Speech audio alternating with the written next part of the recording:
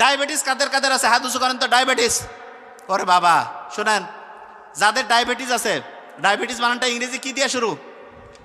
D. D দিয়ে একটা আগে খুব হইতো ডায়রিয়া আছে না, ডায়রিয়া। ডায়াবেটিস রোগের যদি ডায়রিয়া হয় তার সামনে আর দুইটা ডি আছে, একটা হচ্ছে ডক্টর আর একটা হচ্ছে ডেথ। ডায়াবেটিসের রোগী ডায়রিয়া হয়েছে, একদম এমবিবিএস থেকে শুরু করে যারা ডক্টর তাদের কাছে যাবেন, নিজে বাসায় মাস্তানি করে স্যালাইন ট্যালাইন বেশি খাওয়ায়, কম বেশি করে, একদম আল্লাহ না করুক একদম ডেথ। ডায়াবেটিসের রোগী কখনোই কখনোই ডায়রিয়া হইলে বাসায় নো ট্রিটমেন্ট, ডক্টরের কাছে যাবেন, ডক্টর দেখে যেই অনুযায়ী দিবে আপনি প্লাস মাইনাস বুঝবেন না। আমি খালি যেইটা বললাম সেইটুক, বেশি মাস্তানি করলে শেষ হয়ে যাবেন। আমার খুব কাছের বন্ধুর, মানে আমার ছোট ভাইয়ের বন্ধুর হচ্ছে যে বাবা এরকম করে মারা গেছে। আমার এত কষ্ট লাগছে, আমি ওই সময় মানে ছিলাম না যে যা হেল্প করবো, জাস্ট ভুল মানে হচ্ছে যে একটা ইয়ার কারণে মারা গেছে। আল্লাহ, যদি উনি অন্য ধর্মের যাই হোক, কিন্তু হচ্ছে যে ভালো লোক ছিলেন। তা যে জিনিসটা বলতেছিলাম, জন্ডিস কারো কারো হয়েছে, জন্ডিস। আচ্ছা একটা জিনিস বলি, জ্বর হইলে কি খান আপনারা? জ্বর, হ্যাঁ, যদি কারো জন্ডিস হয় আর ওই সময় যদি তার জ্বর হয়, প্যারাসিটামল খাইলে কলিজা আছে না, লিভার একেবারে পচিয়া ব্রেন নষ্ট হয়ে যেতে পারে। এই জন্য যার জন্ডিস ওই সময় যদি তার জ্বর হয়, ভুলেও প্যারাসিটামল খাবেন না, হারাম। হারাম বলতে বোঝাচ্ছি একেবারে ব্রেইনের জন্য, শরীরের জন্য ধ্বংস, ভুলেও এটা করবেন না। ওই যে অনেকে কয় না যে ওষুধের দোকানে গেলাম, ডাক্তার কইল ওই প্রেসক্রিপশন দেখে দেখি তো ডাক্তার হয়ে গেছে। শোনেন, ওষুধ কোন জায়গায় দেওয়া যাবে এটা সবাই জানে, কোন জায়গায় দেওয়া যাবে না এটা হচ্ছে ডাক্তারই। কোন জায়গায় যাবে না সেই জায়গায় যদি ওষুধ দেয়। আমার এক বন্ধু আছে, চেয়ারম্যানের এক ছেলে, তার হচ্ছে ভাগিনা এরকম, আমি যখন মেডিকেলে পড়ি এরকম জন্ডিস হয়েছে, জ্বর ছিল, প্যারাসিটামল খাইছে, 4-5 দিন খাওয়ার পরে কমে নেয়, ওষুধের দোকানদারের কাছে গেছে, দোকানদারের কাছে ডোজ আরও বাড়ে দেই, বেশি করে প্যারাসিটামল দিছে। সন্ধ্যার পরে হচ্ছে যে অবস্থা খারাপ, কয়েছে দোস্ত কী হয়েছে, মাথা টাথা কিছু বুঝতেছি না। তার হচ্ছে লিভার আছে না, লিভার হচ্ছে সহজ করে বলি পচে গেছে, পচে ব্রেন ধ্বংস করে ফেলছে। ওই রাতটাই পার হতে পারেনি, তার আগে মারা গেছে।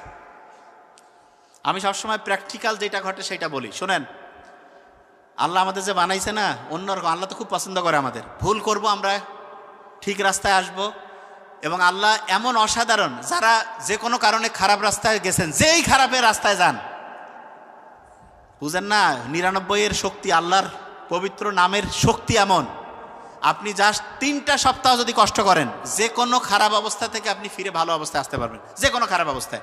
তাহলে কাজটা কি সেটা বলি। যেই রকম হচ্ছে নেশার মধ্যে আছেন, এইটার জন্য শোনেন, প্রথম সপ্তাহ খুব কষ্ট হবে, 1 সপ্তাহ কষ্ট করতে হবে। কেন? কারণ ওই যে 2 নাম্বারই করছেন, দুনিয়া একটা শাস্তি তো হবে। আর একটা জিনিস, আব্বা আম্মার সাথে খারাপ ব্যবহার করলে কিয়ামতে তো কি আছে সেটা তো গেলেই বুঝা পাবেন। জাহান্নামে যাওয়ার আগে আল্লাহ দোজক দেখাই দিবে ভালো করে, যে দেখ বিশ্বাস হয় কিনা। কবে আল্লাহ বিশ্বাস দিচ্ছে। জাহান্নামে যারা যাবে প্রত্যেকে বিশ্বাস করেই যাবে, মানে বুঝেন নাই, যাওয়ার আগে কবে আল্লাহ একটু মাফ করে দাও, কোনো বুদ্ধি নাই, পার হয়ে গেছো এখন ঢুকো। আর আব্বা আম্মার সাথে বেয়াদবি খারাপ ব্যবহার করলে দুনিয়ায় সেটার শাস্তি পাবেন, আর যদি ভালো কাজ করেন দুনিয়া আল্লাহ রহমত করবে। এবং আমি তো নিজে দেখছি, আমার দাদি আমার আব্বা বলে গেছে আলহামদুলিল্লাহ আলহামদুলিল্লাহ, আমি নিজে দেখি, আমি কই বাবা এটা তো বুঝে গেছি এবার। তাহলে মেকানিজম হবে অ্যাকশন তো বোঝা গেছে যে আব্বা আম্মার দোয়া সবার, আব্বা আম্মা যার, হ্যাঁ আল্লাহ না করে আব্বা আম্মা নাই, তাহলে আত্মীয় স্বজনের মধ্যে যারা আব্বা আম্মার খুব কাছের ছিল তাদের সাথে ভালো সম্পর্ক রাখেন।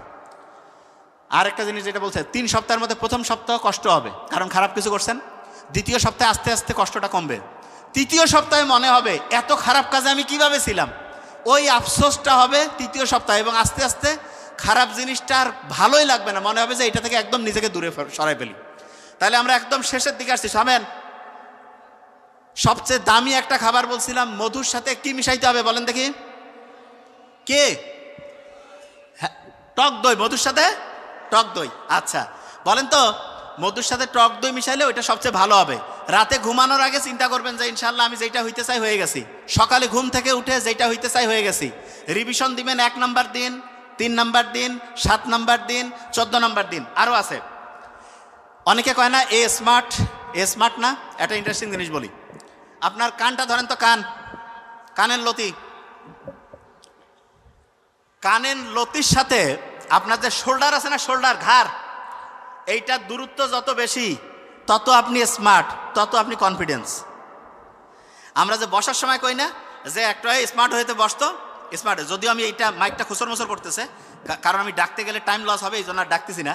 এই যে আপনি যখন বসবেন আপনি খেয়াল করবেন, এই যে কানের লতি এবং শোল্ডার, কানের লতি এবং শোল্ডার, এই দুইটা যত দূরত্ব বেশি তত আপনি স্মার্ট।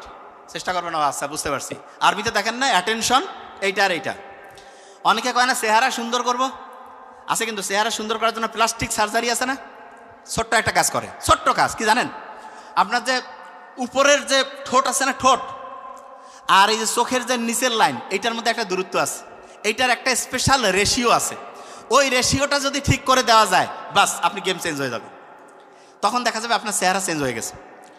আচ্ছা, হজ করতে মানুষ কোথায় যায়? বিজ্ঞানীরা সেদিন পড়লাম, যত পড়ি খালি অবাক হয়ে যায়। এই যে ঊর্ধ্বাকাশ আছে না, ওইটার সাথে পৃথিবীর একটা কানেকশন হওয়ার একটা টাওয়ার আছে, টাওয়ার। ওই টাওয়ারটা হচ্ছে মক্কা। বিজ্ঞানীরা দেখতেছে সারা পৃথিবীতে মক্কা যে জায়গায় আছে। আচ্ছা শুনেন, সহজ করে বুঝাই। পৃথিবী আছে না, পৃথিবী কিন্তু একটা বড় চুম্বকের মতো। চুম্বক কিসের মতো? চুম্বকের মতো। একটা চুম্বককে যেদিকেই রাখেন উত্তর দক্ষিণ হবে, এরকম পৃথিবীর উত্তরের সাথে চুম্বকের দক্ষিণ, পৃথিবীর দক্ষিণের সাথে চুম্বকের উত্তর, এইটার একটা হিসাব আছে। মক্কা শরীফে চুম্বকের যে বিচ্যুতি, এটা একদম জিরো।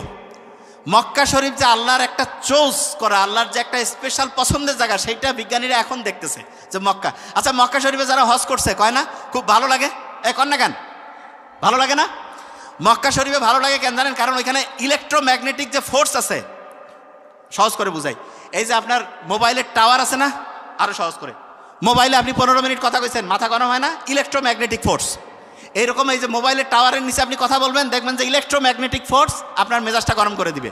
তখন দেখবেন যে এই যে ঘুম আসে না, কেমন জানি শরীরটা একটু ম্যাচ করে, খোসর মোসর লাগে, মেজাজটা খিটখিট হয়। এইটা হচ্ছে ইলেকট্রোম্যাগনেটিক ফোর্স। দুইটা জায়গা আছে, যে দুইটা জায়গায় গেলে ইলেকট্রোম্যাগনেটিক ফোর্সটা আস্তে আস্তে কমে যে আপনি শান্তিতে থাকবেন। তার মধ্যে একটা হচ্ছে কি জানেন? মক্কা শরীফ তো বলছি, আর একটা হচ্ছে সমুদ্র সৈকত। সমুদ্র সৈকতে ওইখানকার যে এনভায়রনমেন্ট, ওইটা ইলেকট্রোম্যাগনেটিক ফোর্সকে হচ্ছে নিউট্রালাইজ করে। সমুদ্র সৈকতে গেছেন কারা কারা? হাত উঁচু করেন তো। ভালো লাগছে না খারাপ? যতবার যাবেন ভালো লাগবে। কারণ কি? এই যে ইলেকট্রোম্যাগনেটিক ফোর্স সেইটাকে নিউট্রালাইজ করে। বাড়িতে ওয়াইফাই কার কার আছে? হাত উঁচু করেন।